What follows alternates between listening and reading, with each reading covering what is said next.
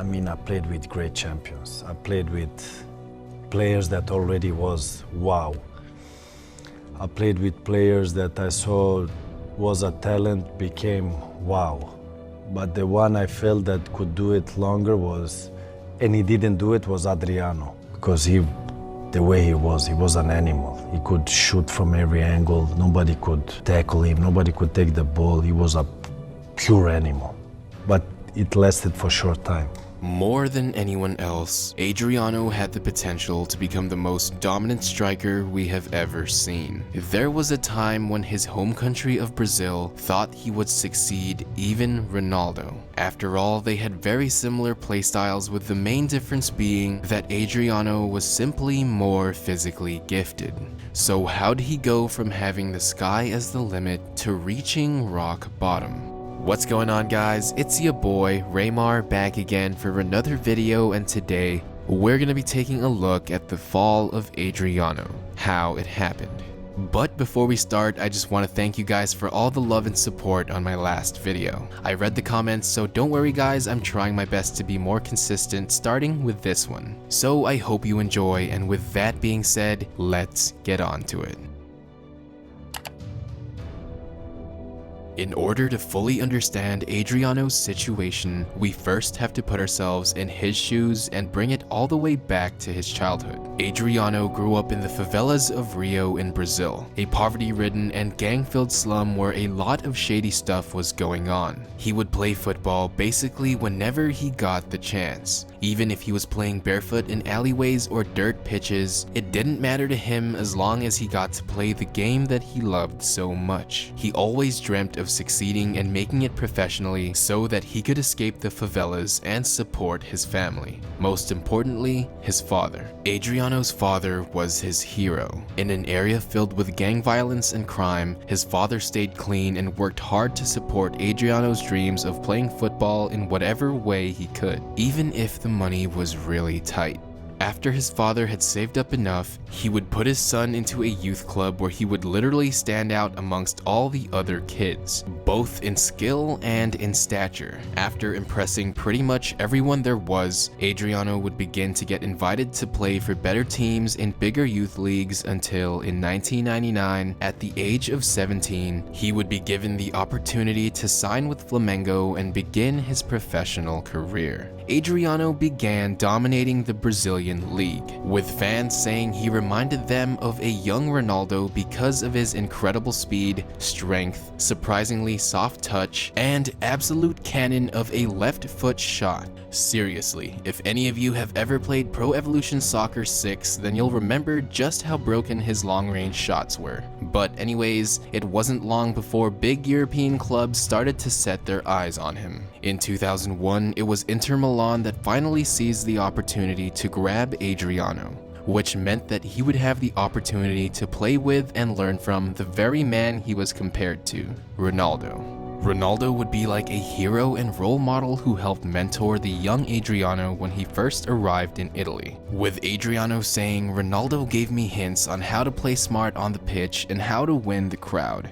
His playful spirit was super important to make me feel at home." In his very first season, the 19-year-old Adriano would only score a single goal in 8 appearances. But to be fair, he barely got any playing time because of how stacked the squad was. So Inter decided to loan him out for a couple of years so he could get more experience. Adriano would head out to Fiorentina, another Italian club where he managed an impressive tally of 6 goals in 15 games. Given the fact that he was only 19 and still relatively new to the Serie A, which back in the 2000s was arguably one of the toughest and most competitive football leagues in the world, it was an achievement to score that many goals in not so many games as a young player. Adriano's first-year performance on loan would land interest from another Italian team, Parma. In fact, Parma was so interested in Adriano that they would give footballing legend Fabio Cannavaro to Inter in exchange for the young striker, which just shows you how much potential everyone saw in Adriano. During his loan to Parma, Adriano would break out as he finally got a lot more playing time and experience.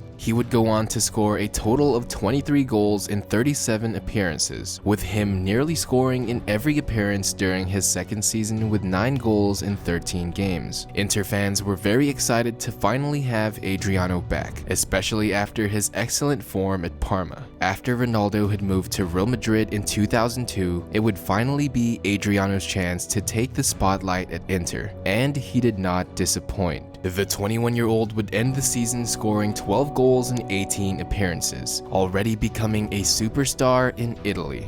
Fans began calling Adriano the Emperor because of how he would just completely dominate the other team, much like how an actual emperor would dominate his subjects. Inter realized there was no way they could lose Adriano, so they would re-sign him for a then whopping €24 million deal, which for a 21-year-old was a ton of money. Adriano was on his way to absolute superstardom, even being called the new Ronaldo in Brazil. The following season, Adriano would show everyone exactly why he was worth so much money. He would go on to score 28 goals in 42 appearances across all competitions, which is a goal approximately every 0.7 games, helping Inter earn a spot in the Champions League for the first time since Ronaldo was in the club. The future was looking good for Adriano and Inter. But halfway through the 2004-2005 season, something tragic would happen to Adriano that would change his life forever.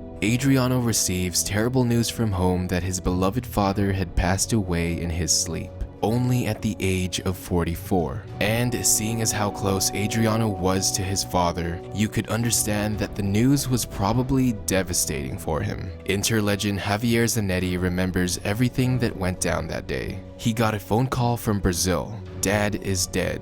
I saw him in his room. He threw the phone and started screaming. You couldn't imagine that kind of scream. I get goosebumps even to this day."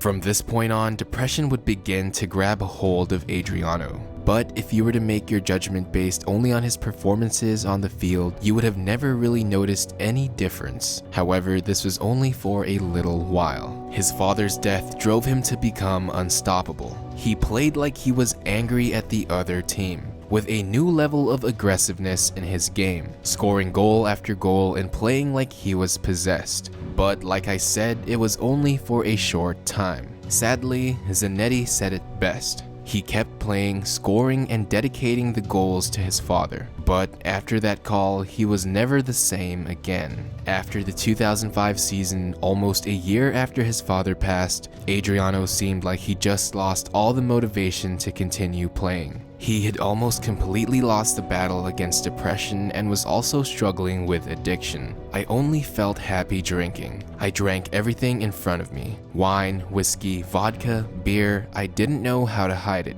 I used to go to training drunk in the morning." He had become such a terrible alcoholic that it wasn't long before his lifestyle off the pitch began to affect things on it. He began missing training, partying all night, and his attitude and work ethic just simply faded away to nothing. He would also begin to gain a lot of weight, which would clearly affect his conditioning and make him even less fit to play than he already is. In 2009, Inter would send Adriano on unpaid leave to try to rehab in Brazil even after all those years of addiction, with coach Jose Mourinho saying, "It's a serious situation for us. It's no joke.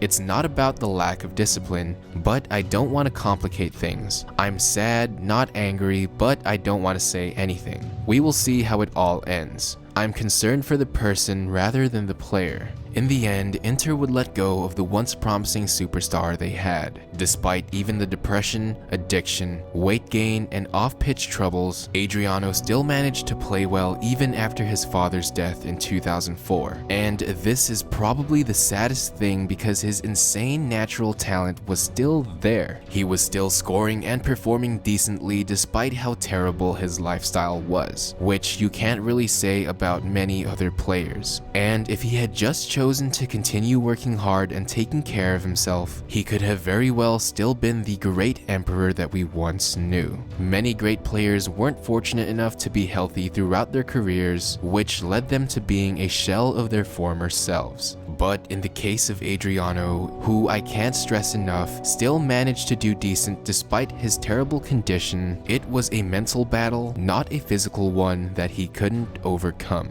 Also, not too long ago, pictures have surfaced on Adriano's current lifestyle in Brazil, but it isn't exactly what it seems. Like I mentioned in the beginning of the video, Adriano was from the favelas, so many of his older friends are there and he regularly visits and shows some love to his humble beginnings, still being a crowd favorite in Brazil. So no, contrary to what other videos are saying about him, he isn't broke and living in the favelas. He still has money and lives perfectly fine if you do want to check him out on his Instagram. A lot of these pictures are just taken out of context, but Adriano is still a party animal type of guy, so I'm sure you can make your own conclusions based on that. So yeah, that's basically all I have for you guys today. Go ahead and comment Emperor if you made it to the end of this video so I know who the real ones are. As always, if you did enjoy, don't forget to leave a like as it really does help support my channel. And if you want to see more videos like this, make sure you're subscribed and join the notification squad so you don't miss out. Thank you guys so much again for all the love and support, and I'll see you in the next one.